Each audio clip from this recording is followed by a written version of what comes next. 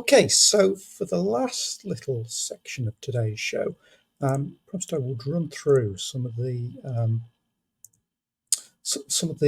bits and pieces that we've put on our website recently for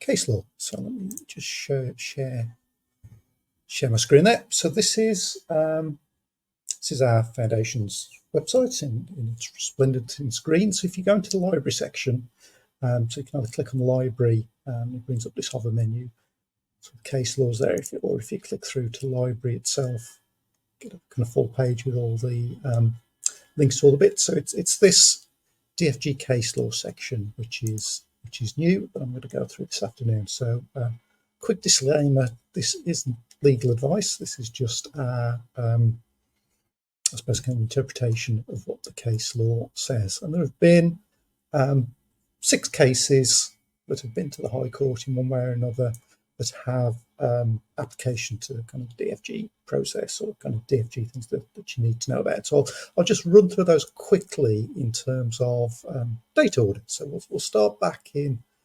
1988, and some of these cases are, I suppose, kind of well known for certain elements of the decision, but some of them do have some of the interesting bits and pieces in them that was important for you to know, because these, I suppose, after legislation and after guidance, they are kind of very important in terms of the way that DFG should be processed and things you should know about in terms of how you approach those, particularly working for local authorities. So the first one was Mohammed versus Birmingham from 1998, and for all of them, just got some kind of key points at the top, and if you follow the link, it will take you to the full judgment that was kind of published at the time, if you want to read the full judgment. But this kind of first one, it was a DFG that was applied for, and the housing department kind of refused it, and it was an application for around a kind of a heated treatment room, and basically kind of providing heating for a room where dialysis was needed. And the local authority basically refused the application. But it wasn't that bit that was kind of particularly at the issue of this one. The council agreed to go back and relook at their decision. But what they said was that when they looked at their decision, they would take into account how much money they got and their available budget when they were going to come to their next decision. And the judge basically said, hold on a minute, you can't do that. So basically what the judgment that came out of this particular case was that when you're looking to make a decision about DFGs, you can't take your budget into account, that it's a mandatory grant, so it's very important for disabled occupants to meet their conditions, and that his view was that Parliament would have been aware of the financial constraints on local authorities, and the kind of particular clause in terms of reasonable and practicable only relates to the age and condition of the dwelling rather than the authority's financial resources. So basically the judge was saying if Parliament wanted to change how public expenditure is allocated, then it would do so through the legislation, and it wasn't for local authorities to do so through their processing of DFGs. And the local authorities are basically obligated to approve DFGs for Section 23 purposes, regardless of financial implications. So I guess kind of basically I suppose kind of similar to the way many local authorities have the issue with kind of like social care or homelessness. Kind of DFG falls under a similar category in terms of it's something that has to be funded. Although I guess in practice that isn't always the case. So that was the case of M versus Birmingham back from 1998. So the next case was in 2003, and this featured Calderdale. And this one's actually a two-part case. So the first part was in 2003, And this case involved Mr. and Mrs. B and their 4 children. Tenants lived in a council house. Oldest son, disabled with dyspraxia and Asperger's, and shared a bedroom with his brother, and used to kind of fight at night and lack of sleep and disruption during the night. And family wanted an extra bedroom so that the siblings could sleep apart and basically get a good night's sleep. So in the first case, after the council said that wasn't something they would give a grant for, so basically the family wanted a grant to convert their loft. But the defence basically from the council was that even if they provided the extra room in the loft, it still wouldn't make the home safe, because the brother would still have kind of behavioural issues elsewhere in the house. So they felt that it wasn't necessarily appropriate to provide the extra room to make it kind of safer at night. And in the first case, the judge basically agreed with that. The law should make the home safe rather than just safer. But they do kind of accepting that safety is a tricky concept. But basically, the court in the first case sided with the council and found no reason to overturn the decision. So that went to appeal in 2004. So basically, it was the same, same basic facts on this particular case. But what kind of the judge said in the appeal was that you can't have safe as an absolute term. You can't make a home entirely safe, and that the kind of emphasis of the grant in terms of making the home safe should actually be making the home safer, and that by providing the additional bedroom in the loft, that would clearly make the home safer than it is now. In fact, he said that safety is a relative concept, and you would never make it totally safe. The council still argued their position that it should make it safe, but the judge said that making the home safer is fine, and the loft extension would do that. So it's the application of this case is that making a home safe is actually making a home safer. And it did also look at the way the decision was made by Calderdale. So there are the 2 bits of the test: necessary and appropriate, and reasonable and practical. Once you've decided the purpose, and it was just making it clear that you look at the purposes first, and then look at necessary and appropriate, reasonable and practical after that. But kind of the key bit of this one was making the home safer, not entirely safe. So another case from 2004. So this was a lot of case law going on, but this wasn't actually a DFG case. This was a case where parents had been awarded a grant of, I think kind of back in 2004, it would have been 25,000, I guess, for an extension, and that it was the social services department that were looking at whether they must offer a top-up, and whether they could take the parents' income into account when they were making a decision on whether to offer that support to the parents in terms of a top-up. So the details are there if you want to read the kind of further details of the case. But what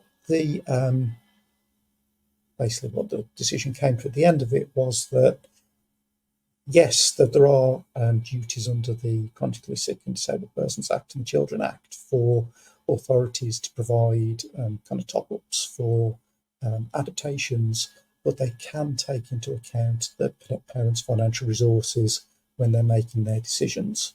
So I guess to a certain extent that there's potential for means testing if social services look to top up funding under the Chronically Sick and Disabled Persons Act. Okay, coming up to date, there weren't any more cases for another 16 years after that. So the next one came along in 2020, which featured Islington, and you probably heard me talk about this case quite extensively in the past. But there are quite a lot of details to it. So again, it's worth a read. But it was basically Mrs. McEwen lived in a kind of property where the front door was some way below the pavement level, and she wanted a step lift installed in front of the property so she could get from the pavement down and into the property and kind of access her home. So basically, Islington refused this particular grant on a number of reasons. So firstly, they said the application wasn't complete because planning permission and other bits and pieces hadn't been included as part of the application. They said that the cost might exceed £30,000 and that they weren't sure that Mrs. McEwen had the funds to cover costs over £30,000. They said that they didn't feel that the step lift on its own was sufficient to make the property accessible for her to live in, and that other modifications were needed, such as to a bathroom and kitchen. They felt that there could be additional costs that hadn't been included in the application for to ensure compliance with building regs and to remove earth necessary to install the lift, although that was disputed. They also said that there was a much better property for Mrs. McEwen. I think it's about a mile or so away.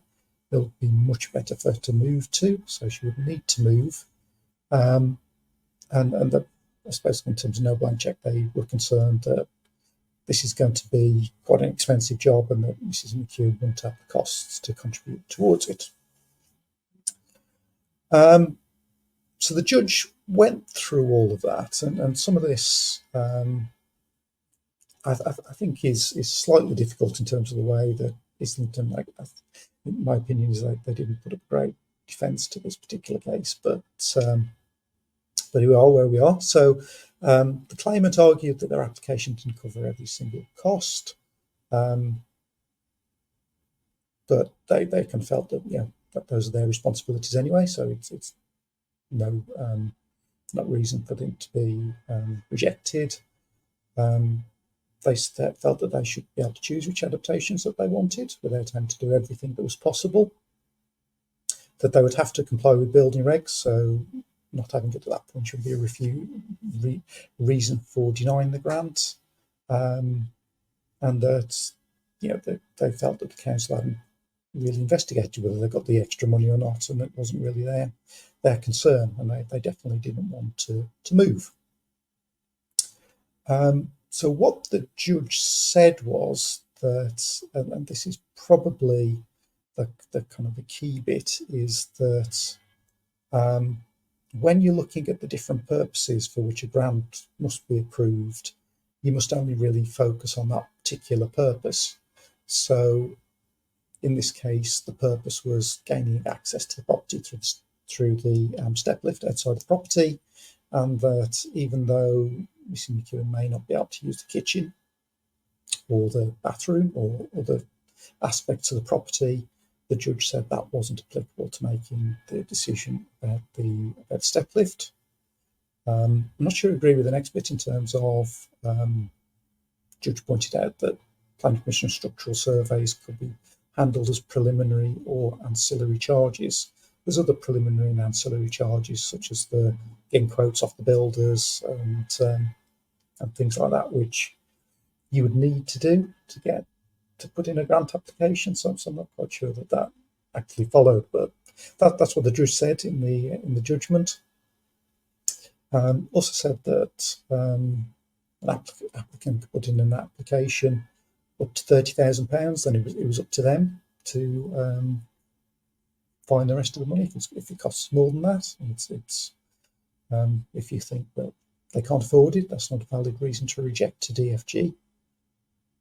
And also he said that you can't deny a grant simply because you think they should move to a more accessible home, and he considered that an unlawful reason to give a refusal. So basically the judge pretty much tore apart Islington's defence and asked them to go back and redetermine the case. So there's quite a lot in that one, but kind of, I think probably the two key ones that come out of it were whether it's a tenant, whether it's an owner, you can't, just because there's another property that's available, that's not a valid reason to refuse a grant, and that the kind of principle that different purposes should be dealt with separately is also a key point from the Islington case. So finally, just to wrap up for the afternoon, the final bit of case law was from Redbridge. This one was from 2022. And again, there's quite a lot in there if you actually read the full judgment. But it was in this particular case, it was a 30-year-old man with profound and multiple disabilities that still lived with his parents, and they'd had a through-floor lift fitted back in the property in 1997. It had been replaced in 2015, and another had been fitted in 2022. But in July 2021, they had some particular difficulties with the lift when they couldn't get him kind of back upstairs to his bathroom and bedroom. And reading some of the details, it looked like they wrapped him up in a duvet and kind of dragged him upstairs in a duvet to get him back into his bedroom. And Health OT went and looked at the situation and basically agreed with the family that it would be necessary. It's considered it necessary and appropriate to fund a stair lift as a backup solution. This went through to the housing team at the local authority, who said, well, very well, that may be necessary and appropriate, but as the housing authority, we don't think this is reasonable and practicable. They also said that you can only have one piece of equipment to cover each purpose. So you've already had a through-floor lift, so you can't have a stair lift. They raised concerns about the use of a stair lift for this particular person, and kind of pointed out that a similar option of a stair lift was ruled out some years ago on safety concerns, and that a robust warranty and 24/7 call-out service was a much better contingency plan. And that it wasn't particularly good value for money to fund a stair lift when a warranty and a call-out service was a better option. The family didn't agree with this, so it did go through again to judicial review.